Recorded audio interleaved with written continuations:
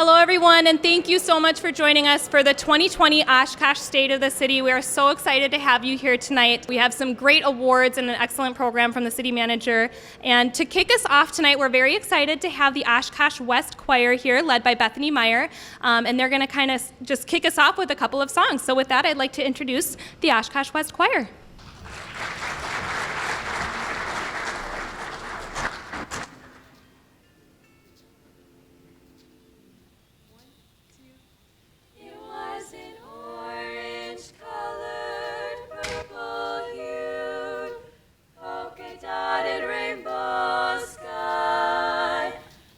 Walking along, minding my business, when out of an orange-colored sky flashed bam, alakazam, wonderful you came by. I was humming a tune, drinking in sunshine, when out of an orange-colored view flashed bam, alakazam, I gotta look at you.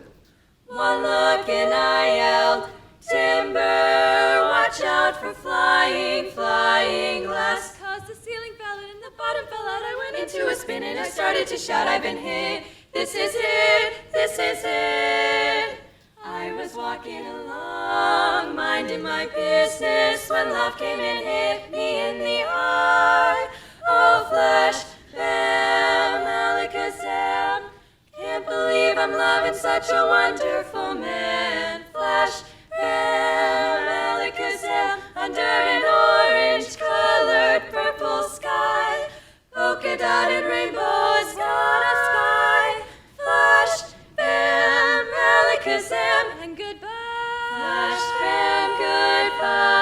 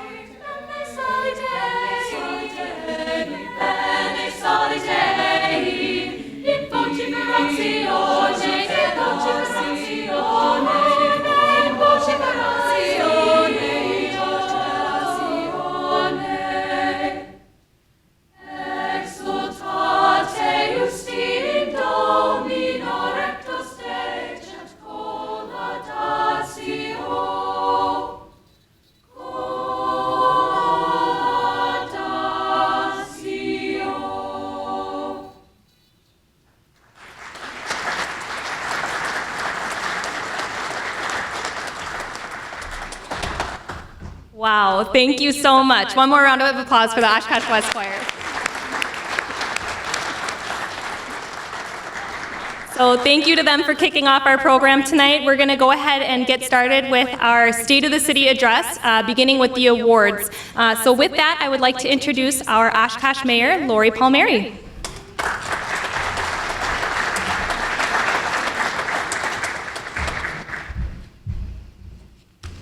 Good evening. On behalf of the Oshkosh Common Council, City Manager Mark Rohloff, city staff, and most of all, the people that call Oshkosh home, welcome to the 2020 Oshkosh State of the City. We're so happy that you're here tonight to learn more about the exciting things that are going on in the city of Oshkosh, what the future holds, and how we can continue to work together to make Oshkosh a great place to live, work, play, and learn. The State of the City is more than just an annual event to showcase our activities, projects, and future goals. It's an opportunity for everyone to come together to celebrate our collective effort at the local government level. We're also highlighting where we plan to go in the coming year and recognize that everyone plays an important role in this process as citizens, community leaders, city employees, government officials, elected officials, and most importantly, volunteers. I'd like to introduce my fellow members of the Common Council this evening. While Deputy Mayor Steve Herman and Councilmember Deb Allison Osby could not join us tonight, we know that they're here in spirit, and we wish them a speedy recovery. Please join us on April 14th as we recognize Mayor Steve Herman's years of service. Please stand when I call your names. Here tonight are council members Jake Krause, Matt Mugrauer, Bob Peschel, and Bill Miller.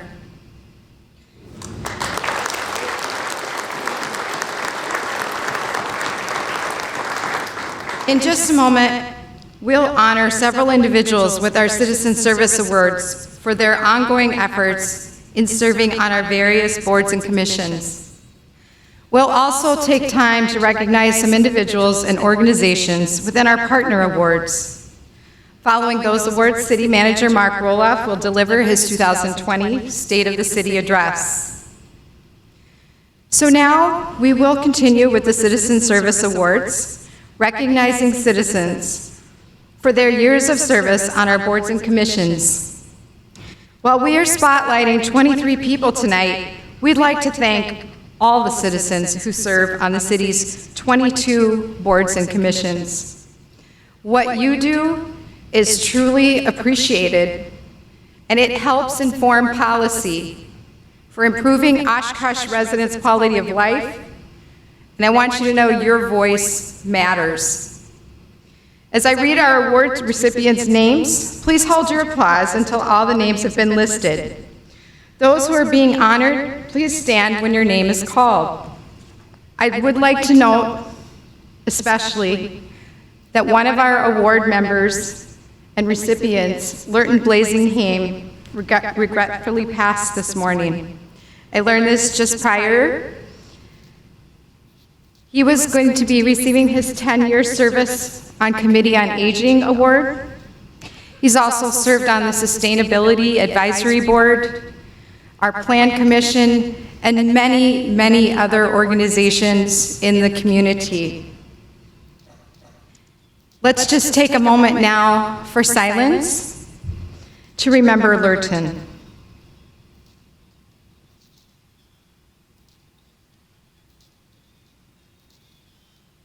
Thank you. Here are our Citizen Service Award recipients this year.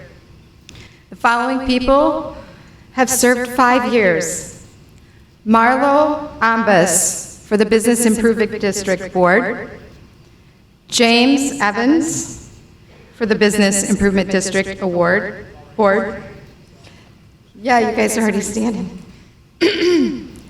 David Krumplish, Business Improvement District Board. Michael Bloom, the Board of Review. Steve Cummings, the Landmarks Commission. Robert Biebel, Library Board. Amy Sitter, the Library Board. James Hoffman, Museum Board. Rebecca Motzke, Museum Board. Rob Patterson, Housing Authority. Vicki Redlin, Pedestrian and Bicycling Advisory Committee. And Evelyn Merritt for the Transit Advisory Board. The following people have served for 10 years. Thomas Allen, Board of Review. Alexandra Kleckel, Committee on Aging. John Hintz, Plan Commission. Robert Varga, Plan Commission. Clark Siebold, Police and Fire Commission. and Lurton Blazingham for Committee on Aging. The following people have served for 15 years. Megan Lang, Business Improvement District Board. Claude Benedict, Committee on Aging. Richard Rago, Museum Board. The following person has served 20 years. Beth Osowski for the Board of Review. And finally, the following person has served for 40 years. Thomas Nesbitt, Board of Review. Let's give a big round of applause.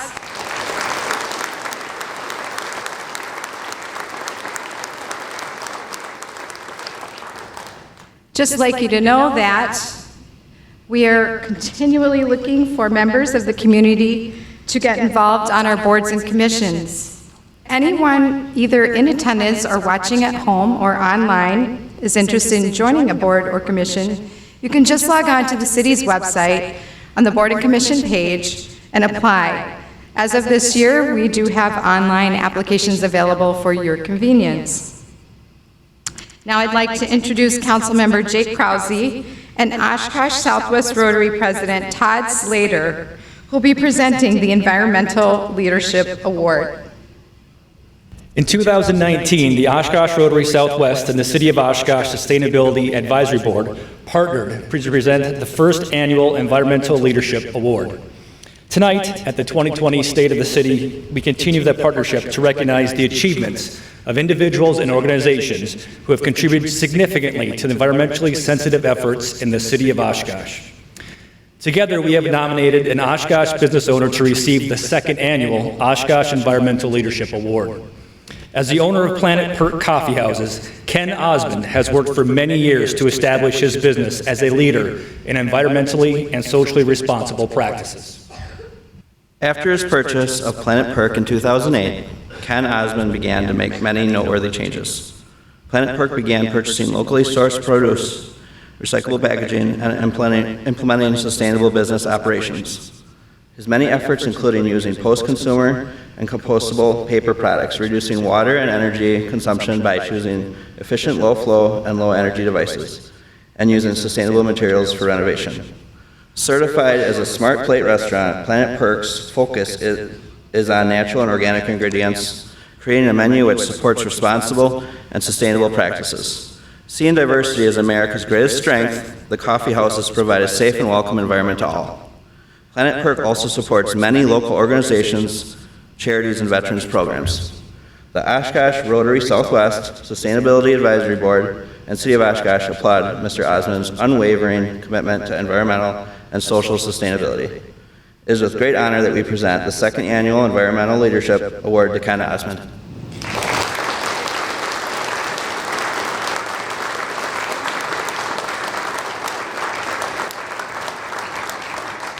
I just want to say thank you and recognize all the other small business owners like Marlo and others that do their little bit, in this area. So there's all of us trying a little bit, and all those little bits amount up to something pretty big. So thanks.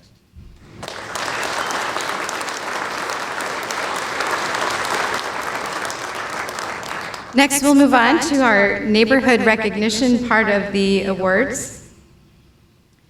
Tonight, I'm pleased to recognize participation by the Fox Chase Neighborhood Association, the Menominee North Neighborhood Association, and the newest member, Midtown Neighborhood Association. Your work towards creating healthy neighborhoods of choice in Oshkosh is invaluable. We look forward to a future of continued cooperation and success with each of the 18 recognized neighborhood associations in Oshkosh. Here, on behalf of Fox Chase, is Julie Kiefer. For Menominee North, is Patty Waldecker and Dee Walter. And for Midtown is Joe Stevenson. Congratulations.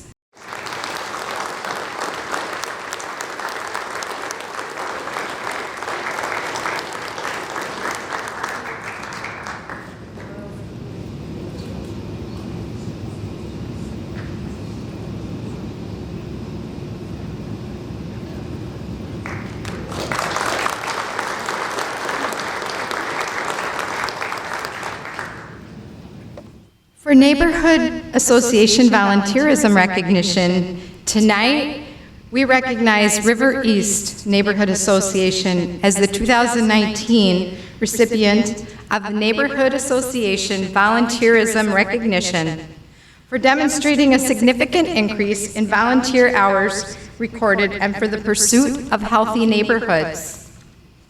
Here on behalf of River East tonight is Kathy Webb. Congratulations, River East.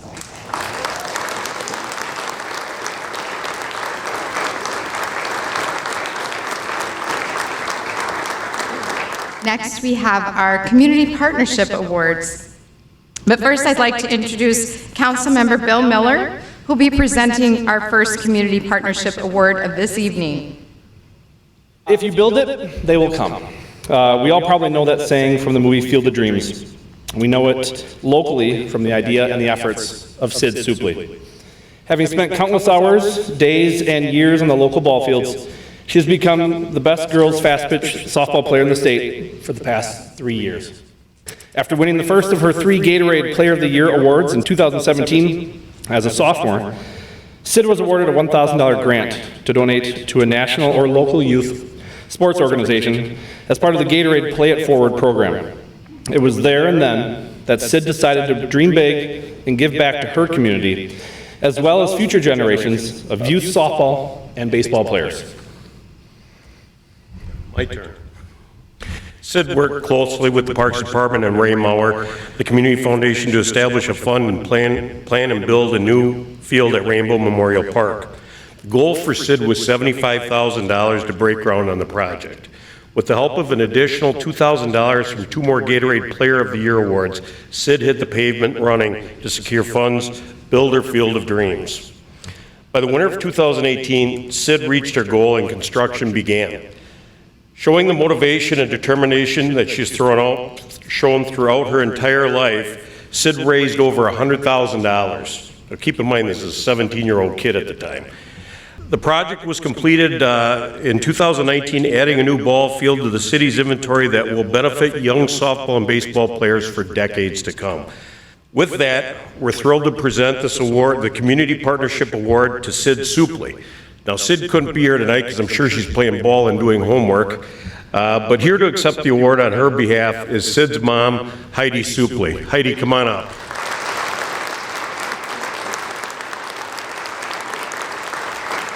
Thank you. Sydney would have been honored to be here tonight and be able to thank you in person. But as a full-time freshman at Northwestern and playing full-time first base and pitcher, she's been a little busy these last 5 weeks on the road playing softball and also studying for winter finals next week. But I know she's so appreciative of everything this community has done for her. When she was first named the Wisconsin Softball Gatorade Player of the Year and received that grant, she knew she wanted to do so much more than just give $1,000 back to Oshkosh Fast Club. She was so honored to start her journey with Fast Club. They were the ones who inspired this dream of hers and to prove to her that she could do anything she wanted in this world, and for her it was learning it on the softball field. But she knew she wanted to do more than just give the money. She wanted to really build a legacy for future dreamers and athletes to come after her. So she told her dad and me that she wanted to just not donate the $1,000, she wanted to build a ballpark. And honestly, we weren't surprised, because when she was 11 is when she told us she was going to play softball at a Division I college. And when she was 14, she told us she was going to win a state championship for Oshkosh North High School. So when she, at 16, told us she was going to build a ballpark, we figured she probably would. Fortunately, she had incredible mentors with Ray Mauer and Carlene Grabner with the foundation. The Parks Department was hugely supportive of her. They listened to her dreams, and they helped build this foundation for her. She had incredible partners in this community: James and Roseanne Keller Foundation, the Larry Pasquini Family Foundation, Wilson Jones, and so many people who supported her dreams and all of their donations for her to raise, I think at the end, almost $110,000. Sid always wanted to make a mark, but she wanted her legacy in the city to be far more than her athletic stats and achievements. She wanted to lay down a foundation for dreamers could come after her time and time again and chase their dreams on the ballpark. It was such an honor for us to watch her in October when she threw out the first pitch for this ballpark, and as soon as spring comes, it'll be very exciting to see all these young baseball and softball players chase their dreams. In honor of International Women's Day yesterday, Jay and I are so honored to accept this award on behalf. To all the strong women, may we know them, may we be them, and may we raise them. Thank you.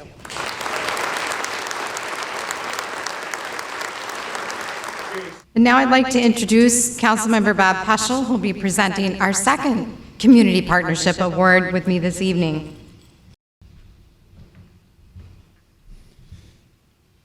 The River East Neighborhood Association is one example of just how much can happen when neighbors work together. This association has been hard at work for a number of years to bring the William Waters Plaza back to life. And if any of us have been in that area lately, you'll see how much work they have done. Last fall, phase 1 of the project was completed in conjunction with the Washington Avenue reconstruction project. Improvements on the plaza include new sidewalks, landscaping, seating options, and chessboards. Phase 2 is next, and staff and neighborhood residents are excited to fundraise for a new covered gazebo, art installations, and an information kiosk.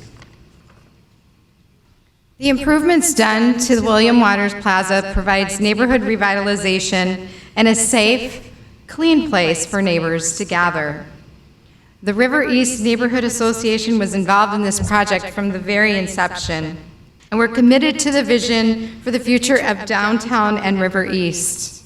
They worked hard to share information about the project and to locate potential donors. In addition to all of this, they volunteered to maintain the landscaping and upkeep of the plaza. This group has adopted the William Waters Plaza as their own, which is what neighborhood vitality is all about.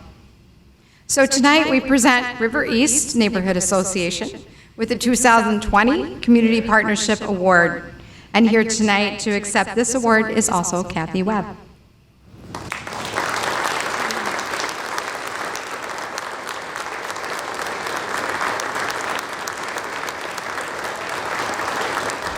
Thank you very, very much for this wonderful honor and award. We did it because we love our neighborhood, and what started as a project just trying to clean up that William Waters Plaza and plant some flowers has turned into this beautiful gateway into our community and has formed lasting friendships with people that at the beginning we didn't even know each other, and now these are our neighbors and friends, and we are just looking forward also to using that park-like area more this summer and in the future when the second phase is installed, which is going to be a beautiful art-like gazebo, and all the possibilities that we're going to be able to enjoy and the city can enjoy. So we thank you very much for this wonderful award, and we're just grateful that we were able to be part of it.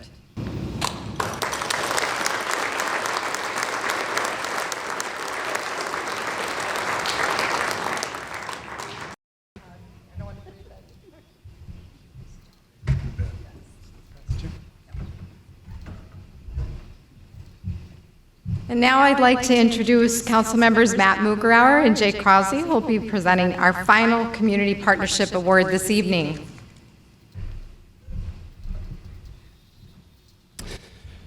(2019's 4th of July in Oshkosh was a year of transition. The Festival Foods fireworks show moved from the Menominee Park to Pioneer Island, a whole new location downtown. A group of people saw an opportunity to take advantage of what downtown Oshkosh had to offer by organizing a fun, patriotic event at the Leach Amphitheater.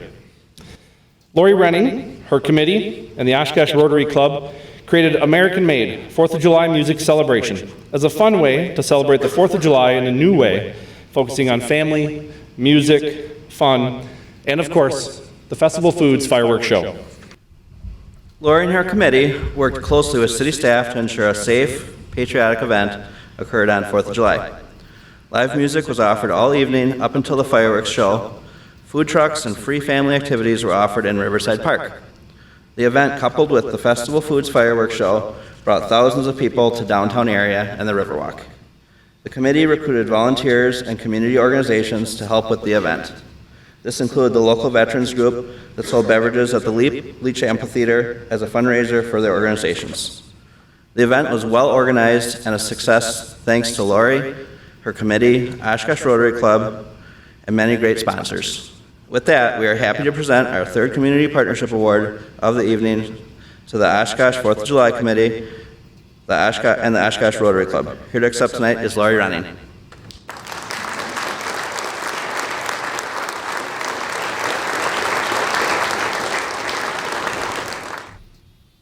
I don't know who wrote that, but they did an amazing job. I couldn't have said that much better myself. But, this was kind of a different thing. People that know me know that I like to volunteer in the community. They know I like to help put on events and do fundraisers and all that, but this was a little bit different. And I want to thank the city and Mark Rohloff and the whole entire Parks Department, because without their communication and insight to let us know that there were some hiccups that were about to happen, Menominee Park needed some work, as many parts of the city do, and it was going to interfere with the 4th of July event. And unfortunately, or coincidentally, the 4th of July event that had been historically here for so many years had to leave. They could not continue on in the city. And that kind of left us in a little bit of a pickle. So there was a group of people that got together and decided that we needed to do something about it. And nobody got paid for it, nobody got any kudos for it, and that's exactly how they wanted it. And as a matter of fact, half of that committee has asked to remain nameless, because they did this because they believe in the city, they love the city, and they want good things for the city. And that's what this is all about. I'm a member of the Oshkosh Rotary Club. There are 13 service organizations in this community that are here to do good and to make sure that where we live stays viable for ourselves, for our children, and for future generations. And I encourage you, I urge you, that if you are not a member of a service organization or any other volunteer anything, even through your schools, through your churches, in your neighborhoods, please get involved, because when something comes up that needs to be fixed, it's people like you that are going to do it. So I want to thank the committee and people who are involved with that also, like Amy Albright from the Oshkosh City Visitor Bureau. Fantastic that she got on board, Carleen Grabner, with the foundation.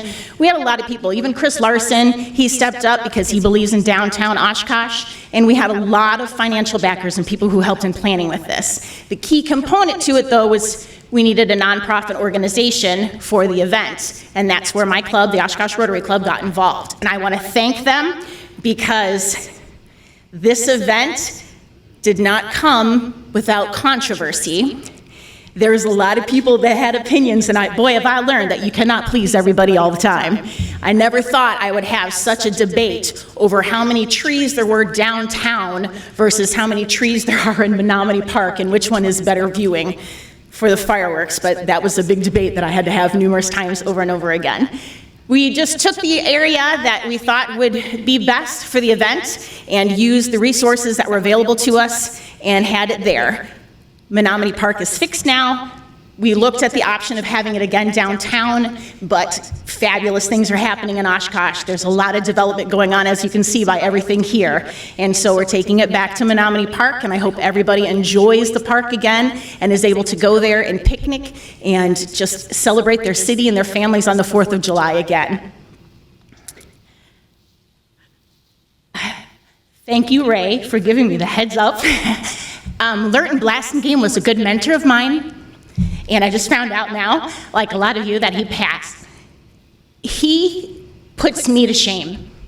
There are so many people in our city that give everything and volunteer as much as they can, regardless of age or abilities. And Lurton, it could be my grandfather, but he does 3 times as more, and he did 3 times as more as I did. And he was one of those that helped out with the 4th of July event. And I just want to say thank you, Lurton, for everything you did. Thank you for everything you taught me. And I hope to continue to go on and make you proud. And I hope that this city will still live up to what you were hoping that it would be.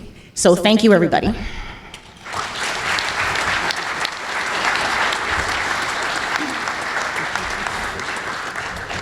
I do have one more thing to add. This event was never meant to make money. However, with all the, Michael, I'm sorry, that's my alarm to pick up my kids. Can you turn that off on my phone? Thank you.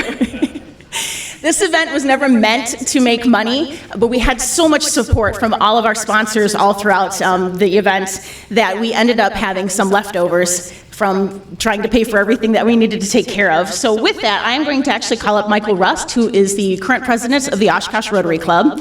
And I would like to ask Ray Maurer to come forward, please. We had the Scouts Troop 615 and 6615 come out that night to help us with cleanup in the park. And we made a donation to them from what was the proceeds that were left over from the event. And we would also like to take the remaining balance that we have, and we would like to donate it back to the city of Oshkosh to enhance the 4th of July events and the fireworks show for this year. So we would like to present a check to you for $5,663.34.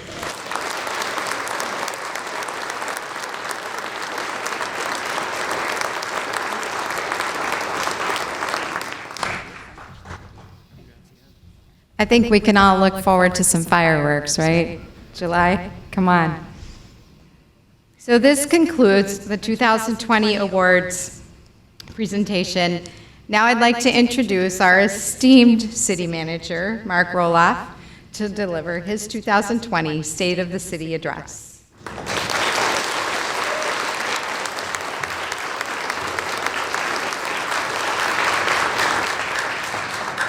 Great cheering section over here from Oshkosh West. I might have a little influence over there. My son Brendan's over there. It's 2020, and so much has happened over the 12 years that I've been here in Oshkosh. And I remember so well when we're planning for the future, 2020 was the year that all this futuristic stuff was supposed to happen. And now 2020's here, and we've accomplished a lot here in Oshkosh. And I want to thank the leadership of the Common Council, both present and past, for their leadership, their guidance, their assistance, advice, everything they've done for helping us move forward. And you can see how far we've come in the last 10 years. But when we thought about 2020, it was so futuristic, but now that is here, what's the future bring? And I think we need to talk about what we want to see 2030 bring now. And we're always going to continue to look to the future. And we start talking about the 2020s tonight. And the priorities that I want to talk about are embedded in our strategic plan. You saw it as you walked in tonight, our diagram for the strategic plan. Some of you are familiar with this. We've been working on this for a number of years. And I have to tell you that over the years, the strategic plan, even though the core elements of the plan are still here, they've evolved. And they're going to continue to evolve because we put little twists on it. And that's through the leadership of the council where they say, well, what if we did this a little differently? And what if we tried that? That's the sign of success. That's the sign of progress. And that's why I'm happy to report that the state of our city is strong, it's vibrant, and it's poised for a wonderful next decade and many decades as we go forward. Thank you. Thank you. It was a former council member up there in front that started that applause. Thanks, Jess. We're going to start off with, I know, one of the favorites that we've had over the years as we've talked about our strategic plan and issues in Oshkosh, and that's infrastructure. As we all know, I'm sure you took one of your favorite streets here. Some of our streets are in real good condition because we've just gotten them done, and others are maybe a little less so. No, this is a project under construction, not a current street. Streets remain a core part of our infrastructure improvements. And for those of you who are looking for individual streets, and I know everybody wants to know, when are you getting this street or that street done? When are you getting Snell Road done? This year, by the way. But I encourage you to go back to the Public Works booth and talk to our engineers and take a look at some of the things that we have planned, not just for this year, not even for our 5-year capital improvement program. We have information on 10 years worth of capital improvements. And believe me, we have 10 years worth of capital improvements to get done. But we want to show you where you can find those things online, because we have the capability through our website. This is there where you can just zoom in on a street, take a look at the different years coming up, and just a little highlight in terms of some of the projects. So that's our interactive 5-year capital improvement program. It's really cool. Our staff put a lot of time into that. They can help tell a story and also fill you in on when your favorite street's going to get done. We've also made a lot of progress with stormwater. But as we all know from the lessons of 2008, we still have a long way to go. When I got here, there was a 35-year plan, and now we're about 10, 12 years into it, so we still have 25 years of projects to get done. These are a few examples of the projects that have been going on over the last 12 years that I've been here. We were kind of stuck in neutral and not getting these projects done, but the council said, it's time to get off the dime on this, Mark. We got to get these done. And this is the result of what we had. You see a lot of the projects in the Sawyer Creek area. The Sawyer Creek watershed is our largest watershed, and only a small part of it's in the city. So we're capturing stormwater at the far end and making sure that downstream it doesn't get flooded. If you live in the Sawyer Creek watershed, if you don't know, go back to Public Works and see if you do. But if you live on the west side, chances are you probably live in or you're very close to Sawyer Creek watershed. We're working through our community development department, and I encourage you to go to community development, take a look at what they have proposed with all the improvements that we've done as far as working with the county to get some things done in other parts of the county that are in the Sawyer Creek watershed to maximize your investment in our stormwater infrastructure. It's important that you hear about that, because the county's going to be making some decisions in the coming months, and they're going to directly impact some of you with your potentially paying for flood insurance and things like that. Our Sawyer Creek investment is just one example of what we've done. And 10 years from now, you're going to see some of those other projects. And these are just some examples of the projects that we've done. This one actually has to do with Sawyer Creek, but other areas of town, just immediately north of Oshkosh North High School, and other stormwater projects throughout the city. These are projects that we work collaboratively on with other communities and with the school district in the case of some of these ponds, and also our neighborhood associations, having neighborhood meetings, talking about these. Infrastructure is so important, and stormwater is going to continue. So for the 2020s, you're going to see us continue our stormwater projects, and some of them will be with storm sewers, some of them will be with ponds, but you're going to see these projects continue into the future. In the past, I've pretty much limited my infrastructure comments to what I just said, streets and stormwater. But there's another large part of our infrastructure that's really been overlooked. And the council in the last couple of years has taken a leadership role saying, we need to take a look at our public buildings. And while, some of you may be the second or third or fourth child in a family, and you probably will appreciate this, but the city has a lot of hand-me-downs when it comes to buildings. When you think of the Senior Center North, which is the old Do-It Center, the Transit Office, which used to be the city incinerator, City Hall, which was the high school. Be lucky you're not using that high school these days, kids, I'm telling you. That's my office, by the way. The Parks office in their garage was a tech college building from 60 years ago. And the safety building, of course, was the old sheriff's department and jail. Now, to be honest with you, repurposing is good. Anytime you can save a building and repurpose it, that makes perfect sense. But after a while, those things catch up with you, especially if you just moved in and didn't make the adjustments. We need a building that's built for the purpose that it was intended for, so that we can maximize the effectiveness. And the best example I can give you is just go back a little bit in time and see what we used to have with the Public Works garage and see what we have now.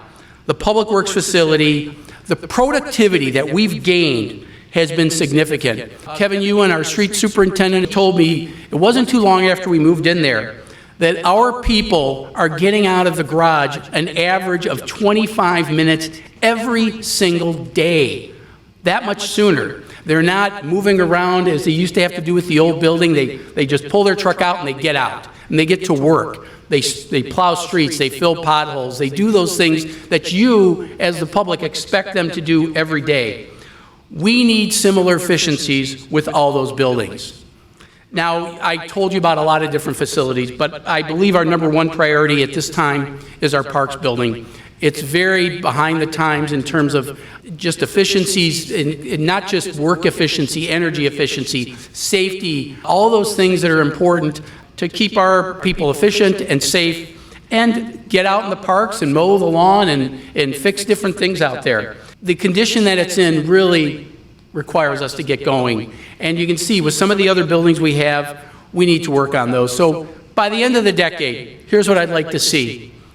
I'd like to see permanent plans for a safety building. The council was just presented with a study that talked about something as much as $30 million to redo that building. Part of the problem is the second floor of the jail doesn't lend itself to anything but a jail. It keeps the police uniforms very secure, but that's about the only advantage that the second floor of the police department has. Although I think Kate Mann would say, well, I keep all my presents for the year-end gift giving. But again, presents and uniforms don't necessarily need to be hooked up in a jail.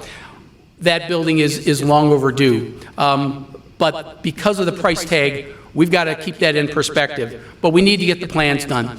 We need to get that going. Our fire stations, we're undergoing a similar study of our fire stations right now.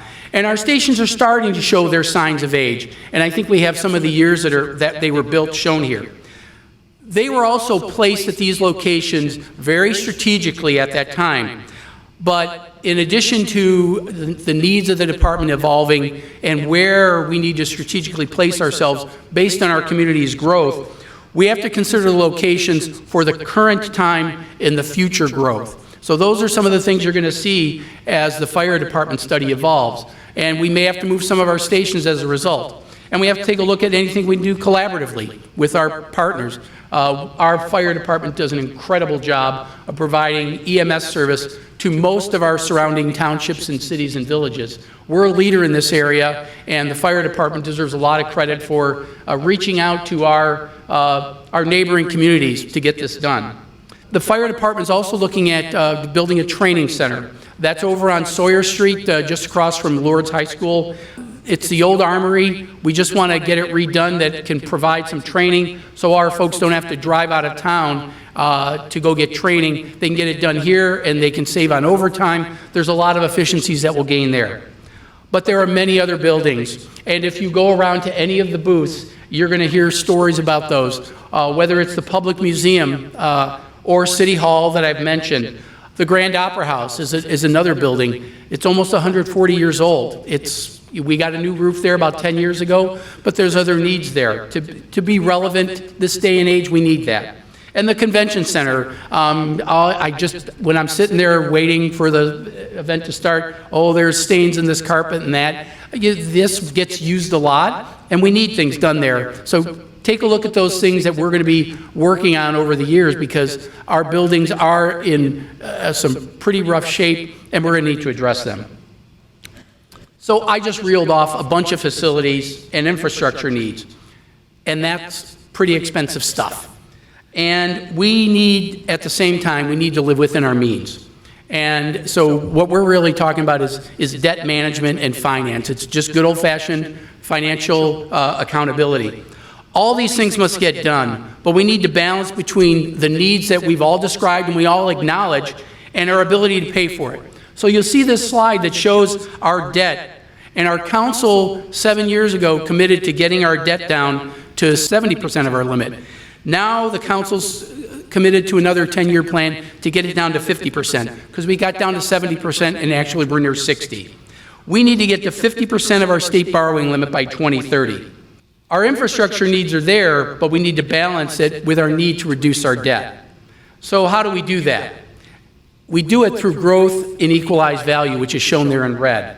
If we can get the same growth that you can see that we got in the last 3 years, if we can capture that growth, we can do both those things. We can get the debt capacity down, but we can also get some of those projects done. And frankly, that's going to be the only way we're going to be able to do it. We will not be able to get our debt down if we don't have growth in our equalized value. That's what it's all about. So how does that happen? We get that growth through economic development. It's building our tax base, bringing more value into the city, more vibrancy. I'm very committed to creating a vibrant economy here in Oshkosh, but we still have a lot of work to do. And economic development takes lots of projects, and we've talked about a lot of those. I think you've listened to some of the neighborhood associations, some of the great things they've done. But I'm going to focus on 3 economic development areas that the city has been directly involved in. And the first one's on Marion Road. And that's still a bit of a work in progress, but it's still doing well. This is what it looked like in 2008. There's the old water tower. How we long for our old water tower. Not. But we also have a lot of development that's been occurring along Marion Road. And the people it's brought downtown. And those are all wonderful things. The final project on Marion Road is going to include the Oshkosh Food Co-op. And I want to thank the leaders of the food co-op. Yeah.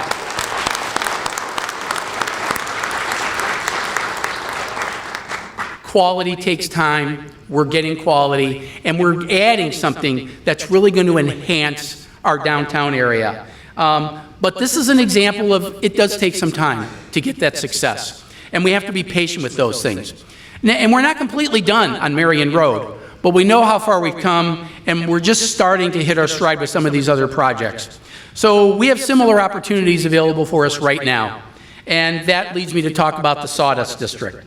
The council has just approved the Sawdust District plan, and it's identified multiple sub-areas that all have their own little character. Of course, everybody's familiar with Pioneer Island, and now that the arena's in place, we've got that. Our group that helped provide the council with guidance on that put some other sub-areas together. For the Sawdust District to be successful, we have to look at all of these properties and see how they play into the district. It's only been a few years since the Sawdust District was really conceived. We used to call it the South Shore Redevelopment Area, but it's evolved quite a bit. But we've already been able to transform it to a certain way. Who can forget the old Buckstaff property? I'm happy to forget about it. But look what it has now. We have something that the community can be proud of. And how it's been able to transform. The council's in the process of acquiring the last piece of property just north of 9th Avenue. That will give us a clean slate from 9th Avenue up to the river. And the council had asked us to put out a request for proposal to get ideas from the development community and what they think they can do. We'll be doing that this spring, getting out proposals and get a vision for what type of perhaps mixed-use type of development we can have. A little bit of downtown living, a little bit of retail, maybe a little bit of entertainment. Really looking forward to the proposals that we'll get.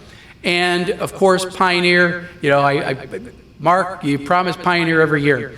Pioneer takes time. I can tell you that the ideas about glamping, that idea was really intended to be more of a short-term thing. I think they're ready to make some proposals, which it's not coincidental that we won't be able to have the fireworks show on Pioneer Island this year. They think they're going to be busy. They haven't presented anything to the council yet, but I think it's imminent. I've said imminent before, and I've eaten my words.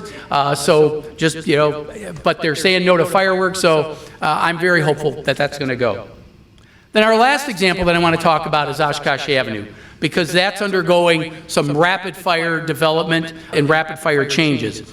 Obviously, Oshkosh Avenue is in the midst of a transformation, and it started with the welcome sign, and certainly some of the other developments. Bank first opened recently, and then there was the Oshkosh Corporation development that has really gotten people interested in this area. A lot of excitement, and I can't tell you how excited I am about what it means. But we have some things that are coming into place, some new developments, but there's still a lot of things we can get done there, a lot of potential, and a lot of possibilities that can exist along Oshkosh Avenue. And these are a few of the examples.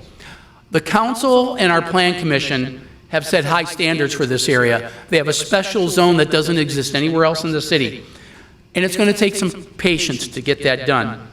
And I like to call it quality over expediency. So I ask for your patience. I know a lot of people will say, we got to get something done.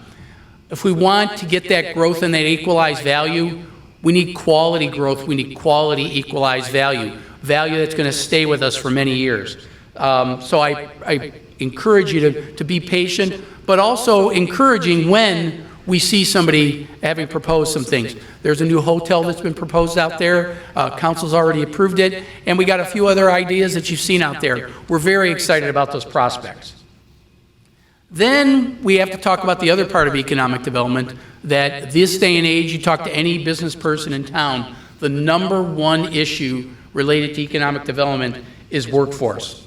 And how do we attract workforce? And I'll tell you, and it's the people in the second and third row back here, it's our neighborhoods. That's how we attract workforce. Part of getting a talented workforce attracted to our community is our community being viewed as a welcoming and inclusive community, getting people to say, I want to live there. And our neighborhood associations have evolved, and they've taken charge of that. And they've developed quickly. We have, I think we're up to 17 neighborhood associations, and if we got a new number, just yell it out there. 18, see, we're already growing. We probably did that this afternoon. Seriously though, the vibrancy that we get from our neighborhood associations gives people on the outside to look in and say, there's some community pride going on there. And we're proud of how far we come. So where do we want to be in 2030? And this little flyover just gives you a few examples of where our neighborhood associations are and how committed they are. I'd like to see more neighborhood associations on the south side. I think we need to commit ourselves to having more. But it's also making sure that when we form the neighborhood associations, that we give them work to do. And one of the things our staff has done, and I encourage you to go back to the community development booth, to take a look at what we call our neighborhood scorecard. And what our neighborhood scorecard is, it's evaluated on a variety of criteria how our neighborhoods are doing, how well they're doing, and where some of their challenges are, and areas that have more pressing needs. The areas in red are the ones that have the most pressing needs, and the greens are a little more stable. But it's interesting when you look at this map is, you know, as much as the red ones stand out, look at the proximity to the neighborhoods in green that are our neighborhoods with fewer statistical issues there. We have a vested interest in every color on that map. Whether you live in a neighborhood that has red, thank you for committing yourselves and sticking to making your neighborhood better. And for the people in the green neighborhoods, it's about stabilizing your values, but I want you to recognize, because of how close you are, how much we need you to help all of our neighborhoods. Strong neighborhoods help the others, and that's why our associations are so important. We're working on programs specifically designed to help some of these areas that target home ownership, which we know is a vital part of success, but also make housing more affordable. Affordable housing is an issue, and I think part of it is getting those people into good jobs so they can afford housing in our community. It's important for us to recognize, and I mentioned it before, we all have a vested interest, an economic interest, to make sure that every neighborhood in our city succeeds. And I'm going to ask you for your help to help us help the neighborhood associations, help your own neighborhood become more vibrant and relevant and economically strong. The quality of our neighborhoods also have an impact on our quality of life. And I've said this over the years, and many of you have heard me say this. You know, people expect our infrastructure to be good. They want to take those things for granted. But quality of life is what attracts people to a community. They don't run home and say, oh my gosh, they go back to their spouse after they've interviewed for a job in Oshkosh, oh my gosh, honey, the sewers in Oshkosh are just awesome. Thank you. They say, we have wonderful libraries, the park system's great, the school system's great, they have a public museum. Those are the things that make our community vibrant. Our public library and our public museum are relevant locations where the public can go and gain information, gain knowledge, and help them get a better job, help them improve themselves. For some of the kids in our school district, that's where they get the Wi-Fi. They don't have Wi-Fi at home. Our library offers those things. Our public museum tells an incredible story about our city's history. They've got some great new exhibits. The People of the Waters exhibit, I encourage you, if you haven't been there, go pay a visit. And then we have our parks. And over the last 10 years, we've invested a great deal in park planning. And there's two examples that I want to talk about. They're both works in progress. The Riverwalk. Mayor Palmieri mentioned the passing of Lurton Blasingame. I think it was about 8 years ago we recognized Lurton. Lurton was the visionary who said we should have a Riverwalk. Lurton said that in the 1960s. Yeah.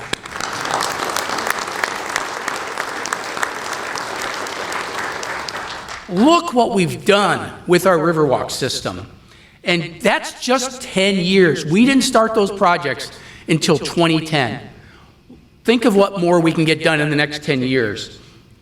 Completing the Riverwalk is going to be a huge part of that, whether it's over here at the Oshkosh Corporation headquarters going through Lakeshore Park, or finishing the leg from Oregon Street all the way over to Pioneer Island.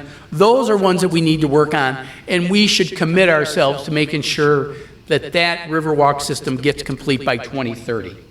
Similarly, we have Lakeshore Park, and that's a great example of what we know we can achieve. And the Parks Board and so many of our other boards and commissions gave some terrific input to the council, and council's recently approved that plan. And all of these, the park plans, a little bit of natural on the west side and then some other amenities that the public can enjoy. Quite honestly, my favorite is the four-season shelter that's being proposed there. And we're going to be proposing that to be the first project for council consideration. I believe that will help different community groups to have something that they can use on a four-season basis. We don't have anything like that in our park system right now, and so I'm really looking forward to that one. That's my personal favorite, but there's so many other items in there. Go back to the parks booth, ask them to take a look, have them show off what they have planned for Lakeshore Park.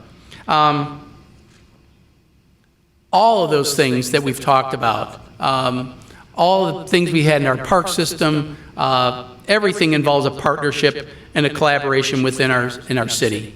And over the years, I've had an opportunity to recognize, and the council has recognized them, the benefactors that we've had over the years. But these date back decades.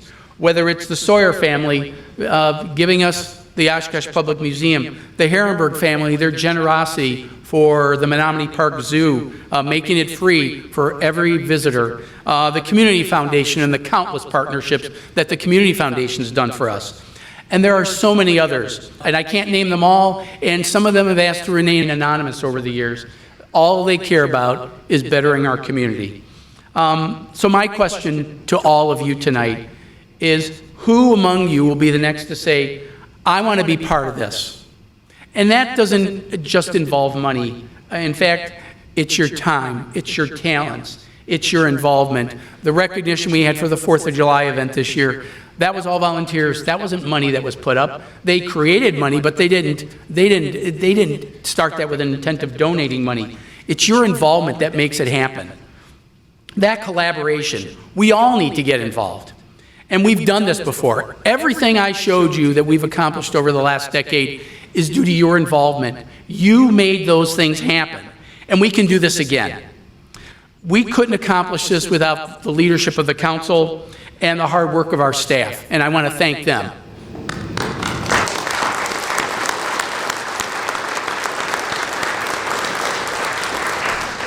So now it's the rest of you. My challenge to you is to get engaged. And then once you get engaged, stay engaged. And then more important, as Mayor Palmieri pointed out during a discussion of boards and commissions, encourage and invite others to be part of this, to engage other people to be engaged in our community. That is how this continues year after year after year. I know we can do this. I know so many of you have been committed for years, and I know you're going to continue that commitment and encourage others to join us to help achieve so many great things that we can do. And I can't tell you enough. I have such faith in our staff and what they've been able to accomplish, and the council and the community. It's exciting to work here for the city of Oshkosh, and I'm so proud of the accomplishments that we've had, and I can't wait for the accomplishments we're going to have over the next decade. With that, on behalf of the council and the city staff, I want to thank you for coming tonight, and I encourage you to go back to the expo and talk a little more. We wanted to create a little more time so you could meet up with more department heads. I know some of you did that before, but continue to talk to them about things we can do. And I want to thank you for coming tonight.